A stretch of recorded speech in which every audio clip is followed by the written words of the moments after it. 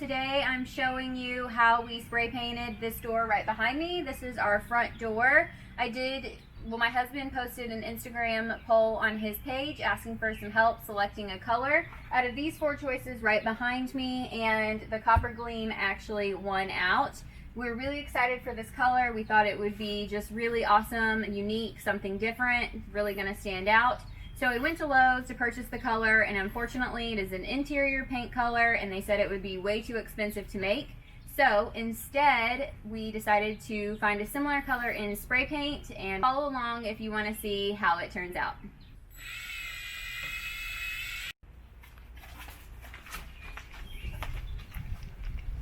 Alright, so as you guys can see, this door does have a few places where the paint is chipping, so I'm just going to go ahead and take the Orbital Sander, try to sand that down. I only have 120 grit and 80 grit, so we're just going to start with the 120, see how that does.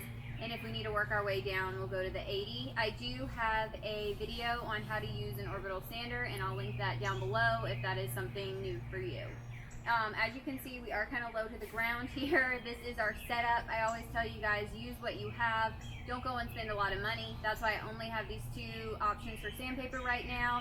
And we're using our fire pit at this end, and we've just covered it.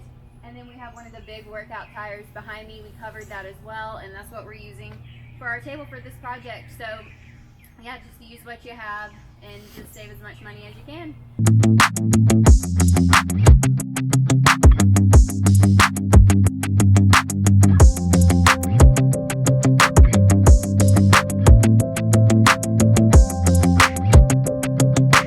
So we just got done sanding the door, and we went ahead and taped the edges and taped the fixtures. Now, if you've seen any of my other videos, I always say to take off all the fixtures. It's going to make your life a lot easier, but this doorknob is just really hard to get off, so we just went ahead and taped it around it just because that was easier for us today. But I do recommend taking off that kind of stuff if you can. Using the Krylon Metallic Rose Gold. This was pretty inexpensive. I can't remember the price, but I'll link it down below. We got 2 cans of this, so hopefully it's enough.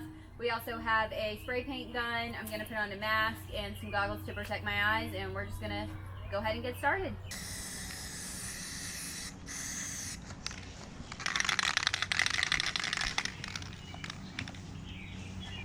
It's a huge learning curve for us. We've never spray painted a front door before, so we did 2 coats of that first color, and we just were not liking the way it was turning out, so we ran to Lowe's to pick up some Rust-Oleum metallic finish. We have used this color before and we like it, so we're excited to see how it's going to sit on top of the color we were using previously.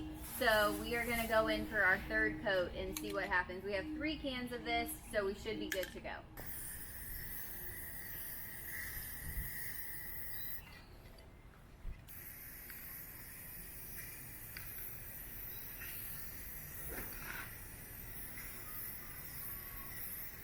After 2 days, we are finally done with our door. We had to take the door off multiple times and go back and restart, but it is finally done, and we are obsessed with the end product.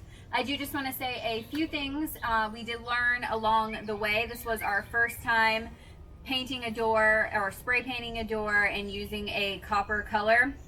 So it was all pretty new to us. We did not watch any videos beforehand. We just kind of jumped right in. So to start, we did take the door off and we sanded it, as you saw in the clip. And what we found out is that this door is not made of wood. It's like an aluminum or metal backing, which made it very difficult to sand. And some of the chips where the paint was already cracking just kept getting worse. So we couldn't really figure that out, but we just kept moving along. The first can of spray paint that you saw, we did not like that color, and it had a little bit of texture that we weren't expecting. So we went back to the store, we got a more copper shiny tone. That's what we were really looking for. And we went ahead and put that down. We should have sanded the previous color off first to get the texture off, but we didn't. So when we started putting the new color on, it was a little splotchy, and that's why with our final coat, we went in with a paintbrush. And you can see some of the brush strokes here, but it actually gives it a little more character, and we really like it. It toned down a little bit of the shininess. So that's all we have for you today. We hope that you enjoyed this video. Maybe you learned something, learn from our mistakes, and I will link everything that we used down below. And if you have done a front door makeover, let us know, especially if you have done it in copper or gave it a patina look. Thanks so much for watching. Bye guys.